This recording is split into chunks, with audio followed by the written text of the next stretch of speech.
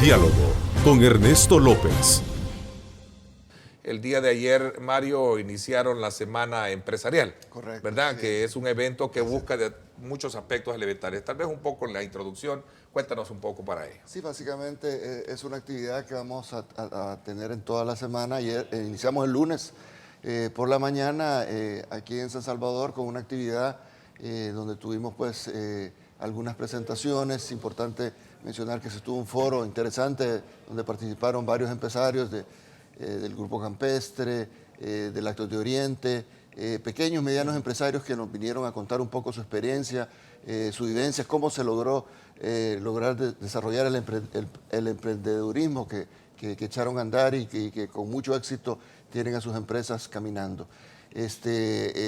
La semana continuó ayer, el día de ayer en Santana, con una actividad, el día de hoy en San Miguel, y cerramos el viernes con la entrega de nuestro máximo galardón, la Palma de Oro. Qué bueno, qué bueno. Expresiones de una economía que sigue viva en el país, Carlos Federico. Sí, a mí me parece que también me uno a esas felicitaciones a la Cámara de Comercio. En Proesa tenemos una excelente relación con ellos. Hemos estado justamente tratando de desconcentrar la actividad de San Salvador en capacitaciones para el sector exportador. La Cámara ha estado contribuyendo mucho con nosotros. Y hay ciertos otros programas especiales que estamos también ahorita coordinando con ellos a través de nuestra gerencia de promoción comercial. Así es que desearle a la Cámara de Comercio una semana muy productiva. Gracias. A nivel de todo el país, ¿verdad? Excelente. Hay grandes retos, la verdad es que igual me uno a las felicitaciones.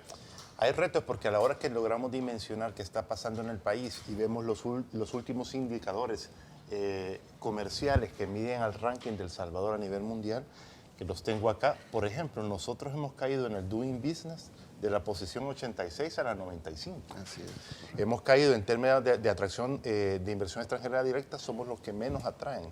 En términos del índice de libertad de democracia hemos decrecido y comenzamos a ver todos los índices y bueno, el que resultamos campeones en el tema de corrupción. Hemos caído de la posición 80 y hoy de la 72 y hoy tenemos la 95. La dinámica comercial, la dinámica de negocios está inmersa dentro de una realidad nacional y resulta ser que hay grandes oportunidades y grandes retos y el sector empresarial ha sido el sector de los ganadores acá, sobre todo la pequeña y microempresa que ha logrado dinamizarse y la gran empresa soportar los retos existentes a nivel de país. Yo creo que si la creatividad del país la colocáramos en función de producir resultados, de buscar realmente soluciones a los problemas nacionales, estaríamos mejor. Yo acabo de compartir en el Facebook un artículo que me pareció muy interesante que salió publicado en Costa Rica, que dice, no le digas imbécil al presidente, porque Costa Rica tiene esa práctica, ¿verdad?, de insultar mucho a su clase política. Son bien Sí, muy críticos. Muy críticos. A pesar de que tienen un nivel de desarrollo en la región muy privilegiado, son muy críticos con su clase política. críticos, directos y a veces... Y mira, y el artículo empieza a desglosar una serie de cosas. Dice, mira, si tú eres una persona que criticas el tráfico, pero no eres capaz de ser prudente y paciente cuando tú manejas, si tú eres de los que forman terceras filas, ¿verdad?, si tú eres el que no cedes con cortesía a alguien que necesita pasar, ¿verdad?, si tú eres una persona que en amarillo el semáforo en lugar de parar acelera, ¿verdad?, si tú eres una persona que ellos tienen impuesto al patrimonio, que tienes una propiedad que vale realmente 500 colones, para poner un ejemplo, y la tienes declarada en Hacienda en 100. Si tú eres una persona, y empieza a hacer una serie de observaciones y señala, y tú crees que un presidente de la República en un periodo tan corto de tiempo va a resolver problemas que este país históricamente ha venido manejando. Por ejemplo, las tasas de crecimiento nuestras. Jorge Arreaza de la ASI presentó una investigación en donde en los últimos 40, 50 años de El Salvador la tasa de crecimiento no había sobrepasado en promedio el 2%. Entonces, hemos sido un país con una enorme volatilidad en términos del ritmo de crecimiento de nuestra tasa. Hemos tenido años excepcionales, ¿verdad?, durante el primer periodo de Arena con el presidente Cristiani, inmediatamente después de los acuerdos de paz, llegamos a tasas de crecimiento del 5 o 6%, durante los 50, 60 con la integración centroamericana. El tema de modernización tecnológica, o sea, es clave trabajar duro en esos aspectos. Casetas Express. Electrónico, hacerlo todo electrónico. Tú mencionaste cuando cae el sistema. Sí. Tenemos un problema de hace 8 años, venimos hablando de un nuevo sistema informático World que tiene mucha mayor capacidad, pero tenemos 8 o 10 años de estarlo esperando y no viene. Entonces, ¿qué pasa? Se cae el sistema y no hay un plan de contingencia. O si hay un plan de contingencia, entra dentro de 3, 4 horas, cuando en otros países entran en minutos. A los 5, 10 minutos ya hay un plan de que entra en forma manual los procedimientos y se revisa y no se detiene el comercio. Pero ¿qué pasa? Aquí hemos solicitado a través de CIFACIL con las diferentes gremiales que se tenga un plan de contingencia que actúe de inmediato, pero no se ha logrado todavía eso. Entonces, ahí están las cosas, las áreas en las que hay que invertir. Si queremos, todos hablamos de la integración centroamericana, ahí tenemos los mercados a la par, donde puede haber crecimiento para mucha pequeña, mediana empresa, pero para eso queremos llegar a la tan ansiada unión aduanera. Pero ¿qué nos va a servir si tenemos las dos entradas complicadas? Ahora, ¿qué implica facilitar, digamos, esta tramitología versus el tema del control? ¿Qué implica eso? Porque en ese debate legislativo, a propósito, el tema del narcotráfico, de la narcoactividad, del contrabando de drogas, ahí salió a relucir. Correcto, sí. Y me parece que tiene razón, sobre todo porque en el país para nadie es un secreto saber que las fronteras sirven para ello y sobre todo cuando flexibilizas tú esos controles. Mira, importantísima la pregunta, porque resulta ser que yo tuve la oportunidad recientemente de dar unas consultorías para empresas exactamente dedicadas al tema de bodegaje. Y estamos tratando de hacer mucho más eficientes sus procesos y hay un error aquí, antes de comentar esto, hay un error y resulta ser que estamos tratando de mejorar los procesos o el funcionamiento a través de decretos y eso no funciona así. Uno entra a comprender cómo funciona el sistema. Cuando te llegas al lugar de los hechos, ¿sí? Entiende sus procesos, entiende dónde están los problemas y rediseña. Esa es la práctica a nivel mundial. Uno rediseña y dice, mira, en esta parte necesitamos tecnificación, en esta parte no se necesita tecnificación, rediseñamos y tú traes la propuesta del gobierno. Ahora, ¿cuál es el problema? Que hoy en día, como está funcionando, y a mí me consta, he ido a ver y resulta ser que los procesos de supervisión y control son extremadamente laxos. En muchas partes del proceso, sobre todo en las aduanas, la confianza de que no nos están metiendo droga o contrabando descansa en el agente aduanal, muchas veces. Y eso es un riesgo importantísimo. Entonces, yo comprendo, no justifico, comprendo a un presidente diciendo, miren, El Salvador ya no, es uno de los canales de tráfico de droga. Por aquí ya está mapeado, hay 3 grandes rutas, aparte del mar, por donde pasa, hay un trasiego de droga, hay un trasiego de mucha contrabando y por lo tanto, si hoy en día, teniendo 3 o 4 días, no logran controlar adecuadamente, mucho menos lo van a hacer en 24 horas. Me recuerda mucho los sondeos de opinión última que ni A ni B, es decir, ni el uno está, la población no está contenta ni con uno ni con el otro. Sí. Entonces necesitas un nuevo liderazgo en esto, un liderazgo político, ¿cierto? Correcto. Diálogo y liderazgo, creo yo. Ahora, fíjense que lo que pasa es que es muy difícil. Yo que estoy involucrado en varias comisiones, el conversatorio, la metodología de conversar en las comisiones ya caducó. Definitivamente esa no es la forma de gobernar. Tiene que redefinirse.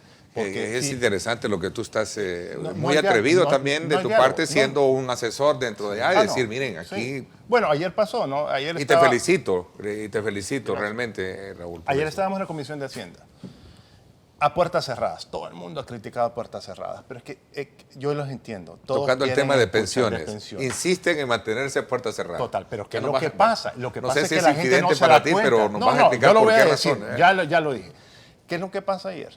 Estábamos en un conversatorio técnico, todos escuchando, todos preguntando. Dicen, no, abran ya, que entre la prensa. Entra la prensa y se volvió un circo. Ustedes pueden ver, si ven, fue terrible la comisión. Todo el mundo comienza con su diálogo político, salió la destrucción de los puentes, que la guerra. O sea, terminamos un conversatorio realmente preocupante para la realidad nacional. Pero por esa razón precisamente es que se necesita el ajuste. Se necesita la aprobación de la reforma de la ley de pensiones. Si se logra aprobar una reforma de la ley de pensiones, hay algunas de las propuestas que han sido presentadas que van a lograr un cierto ahorro en el gasto fiscal. ¿Okay? Pero además de eso se necesita el ajuste fiscal que se ha venido hablando de 3% del PIB en 3 años. O sea, y eso obviamente supervisado por el Fondo Monetario Internacional a través de un acuerdo stand-by. Si se hace eso, va a ser posible buscar maneras de lograr ese financiamiento que tú estás mencionando. En el 2019, en efecto, vencen unos eurobonos por valor, andan cerca de los $1.000 millones. ¿De dónde se va a sacar esa plata? Por eso es que es necesario ya poner la casa en orden, lograr una mejor calificación de riesgo que nos permita tener una nueva colocación de bonos a una tasa menos pesada que este 9% que estaba comentando. Y de esa manera ir saliendo, o sea, vamos a ir saliendo de esto gradualmente, no va a ser fácil, pero sí hay que, ya ahorita ya estamos atrasados. Urge la reforma a pensiones y también el ajuste fiscal. Uno de nuestros periódicos hoy destaca que, un comentario que era muy parecido a lo que decía Raúl, diputados insisten en mantener en puerta cerrada la discusión del tema de las pensiones. ¿Por qué razón será esto? Quizás vuelvo a repetir, es el tema de Sí. que definitivamente nuestros diputados no han aprendido a conversar en público, ¿no? Es decir, la madurez que se requiere para estar discutiendo temas de nación, aún en contra de posibles posiciones políticas, es algo que requiere una madurez más allá, que lamentablemente la mayoría de los diputados de casi la mayoría de los partidos no lo ha logrado. Ese es un problema que no lo vamos a solucionar nosotros a través de un conversatorio. Lo que sí podemos solucionar, que son los ajustes severos, es que, vuelvo a decir yo, hoy tenemos, este año el Fondo Monetario Internacional dice que vamos a tener ingresos aproximados de 5.600 millones. El 47% del ingreso proyectado para este año se va para salarios y el 21% restante en gastos de consumo para mantener a toda la burocracia. Entonces, el ajuste, antes de venir y querer tocar un impuesto de subirle 1% al IVA, que nos va a estar dando 160, 170 millones, la pregunta es ¿por qué no reducimos la burocracia estatal? Eso tenemos que hacerlo, tenemos que reducir el nivel de gasto, es inaceptable. El tema es que este conversatorio lleva por el tema de las implicaciones políticas y como vivimos en un país que ha sido diseñado para que los que mandan o los que dictan las leyes sean los de la Asamblea Legislativa y no existe ningún órgano que permita controlar los excesos, vamos a seguir viviendo en excesos. Por lo tanto, de hecho, yo estoy por presentar una iniciativa de ley que permita disminuir esas discrecionalidades en el uso del dinero. Pero quiero decir, hay una crisis fiscal, sí, pero forzada. Es una crisis de la cual necesita ajustes severos del 3 o 4% del IVA. Mentiras. Hay forma. Lo que pasa es que ¿quién se va a echar el rollo de estar despidiendo gente? ¿Quién lo va a hacer? Y en este país, sabiendo que media vez tú contratas las personas, quitarlas es tan difícil, entonces lo que debemos de hacer es hacer casi imposible contratar más personas, porque después es tan difícil moverlas. El tema es, el Estado es un Estado gordo, apenas puede caminar. Podemos reducirlo 40, 50% y no estaríamos hablando de ningún problema de impago. Es un tema muy importante, muy importante. Sin embargo, el presidente del Banco Central de Reserva siempre nos hace un llamado de atención y nos dice, cuidado con ese planteamiento del ajuste y de la contracción del gasto, porque el leve pero positivo crecimiento que tiene la economía está también bastante relacionado con el gasto público. Correcto. Entonces hay que tener mucho cuidado en eso. Y el leve pero positivo crecimiento en el empleo tiene que ver también con la capacidad del Estado en generar empleo, en una economía en donde el sector privado no lo está generando por las diferentes razones que hemos analizado nosotros acá. Lo malo es que se está financiando con deuda, parte de eso, y entonces eso no es sostenible. Eso no es sostenible. En 3 años... Estoy de acuerdo en que tenemos que buscar un modelo sostenible, pero buscando que la cura que le vamos a dar al enfermo no lo mate, ¿verdad? Correcto. Y sea peor que la enfermedad. Es que va a haber un costo, Federico, Sí. va a haber un costo, el ajuste tiene un costo. Pero si nos ponemos de Entonces, acuerdo políticamente en ese costo, lo podemos es. abordar. Sí, se ¿verdad? suman todos. 3 años que vamos a tener un costo, por lo menos 3 o 4 años, que si ahorita estamos creciendo al 2,5% y nos estamos quedando con el ajuste, a lo mejor vamos a crecer al 1,5%. Sí. Pero ni modo, y va a haber un problema de empleo, pero va a ser temporal, va a ser cosa de 3 años. Y mira, Mario, y mira, Raúl, y esto es con respeto a ti y a los medios de comunicación, porque Raúl ha dicho algo que es correcto. La sociedad salvadoreña todavía le falta madurez en su sector político para poder debatir, no solo en público, sino que también en privado, pero sobre todo en público. Pero también, perdóname, a los medios de comunicación y a sus comités editoriales les hace falta también, perdóname, tener una estrategia en sus editoriales y en su concepción de la situación que vive el país, hombre, mucho más depurada, para evitar que los periodistas lo que anden buscando sea aquella leña que es necesaria para avivar el fuego, ¿verdad? Porque entonces lo que andan buscando es justamente una expresión maldicha. Bueno, pero yo quería decir otra Mira, cosa. pero Un mensaje por rápido. alusión un poco así brevemente, lo que pasa que también no subyaces un poco lo que decía Raúl. A veces los políticos cuando están a puertas cerradas son una cosa y cuando ven los medios son otras.